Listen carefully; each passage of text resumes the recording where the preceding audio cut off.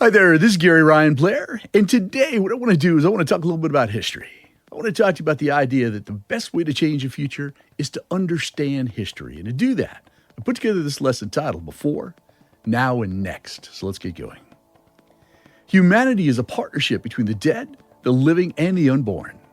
It is our collective responsibility to preserve posterity and to fulfill our duty to this partnership, because in the end, everything that we do should be done for the sake of posterity.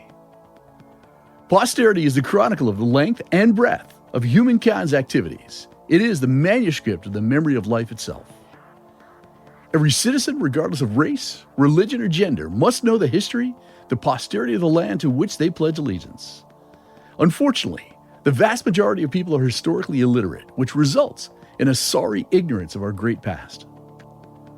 Sir Boyle Roche asked a now famous question that may very well be on your mind.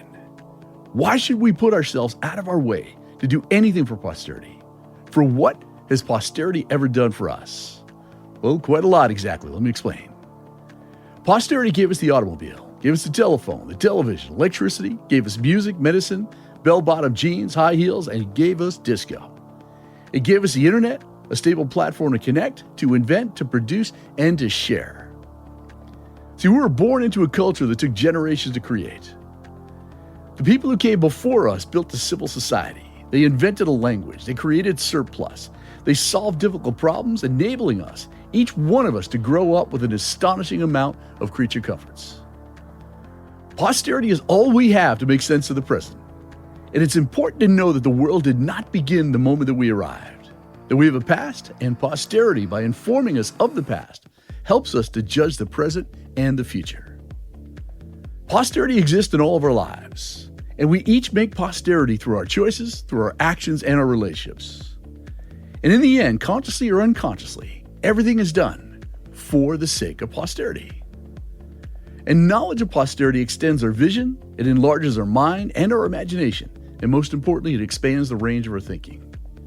Posterity, without a doubt, is a wise teacher that provides us many lessons. So let me share those with you. The first being humility.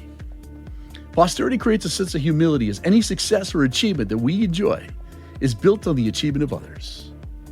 We are someone else's posterity. Each one of us is here and is able to do what we do because others did something for the sake of posterity. Each generation advances and builds on the discoveries of the previous generation. And all success stands squarely on the shoulders of our forefathers, as their successes made ours possible. We see more than they did, not because our side is superior or because we're taller than they are, but because they raise us up, and by their great stature, they add to ours. And the second thing that we learn from posterity is gratitude. You see, posterity creates a sense of gratitude, as every freedom that we enjoy comes at the price of others. And it's only through posterity that we get to truly appreciate the battles that our forefathers fought, the ideals that they championed, the sacrifices they made, and the enduring effects of their accomplishments. Posterity teaches us to be grateful for our failures, our mistakes, and the inequities of the past, as only when armed with this knowledge can we appreciate the hard-won freedoms that are our birthright. The third thing is perspective. See, posterity creates a sense of perspective that helps us to recognize the ways that the past has authority over us. Historical consciousness is an awareness of the past, of things we never experienced firsthand, and of one's own connection to it. It is the cultivation of respect for what cannot be seen, for the invisible sources of meaning and authority in our lives, for the informative agents and the foundational principles that, although no longer tangible, have made possible what is worthy in our day. The fourth thing has to do with connectedness. Posterity creates a sense of connection that provides meaning for our daily living. And understanding posterity is a matter of taking stock of the way that we live, of what our pastimes and pleasures, holidays and traditions, families and marriages, habits and aspirations all say about our connection to the past and therefore about ourselves. Historical consciousness draws us out of a narrow preoccupation with the present and with ourselves, and it ushers us into another larger world, a more public world that cultures us in all senses of that world. Historical consciousness, then, is part of the cement that holds civilization together. The next one has to do with awareness. Posterity creates a sense of awareness of good and bad, of right and wrong, of past successes and failures of leaders, and their collective impact on our present time. An awareness of posterity is an awareness of the problems, the triumphs, the solutions, and the failures that mark our history. Posterity allows us to understand the many forms of government and the recurring themes in our human story. It provides an awareness of the premises, the limitations, the possibilities of our notion of progress, of a culture and civilization which sees the value of the past, which understands the implications of economic and technological growth, the nature of human reasons, its potential and limitations, and the intrinsic importance of life on this earth. And through the study of posterity, we gain an awareness of the factors that result in the rise and fall of nation-states or civilizations, their motivations for political actions, and the effects of social philosophies. And that kind of awareness is critical to understanding who and what we are because of our past and where we are headed. Posterity also tells us a lot about intellectual growth. See, posterity extends human knowledge beyond what we could ever experience on our own. It should be studied because it is absolutely necessary enlargement of the human experience.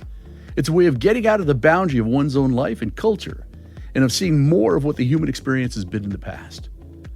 And it is the necessary, unique way of orienting the present moment so that you know where you are and where you have come from. In fact, posterity is the only resource that we have for doing so. Posterity also provides us with an insight on role models.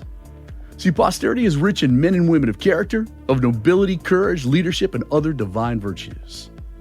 These people, through their example, inspire us to be and do more with our lives, as the only clue to what man can do is what man has done.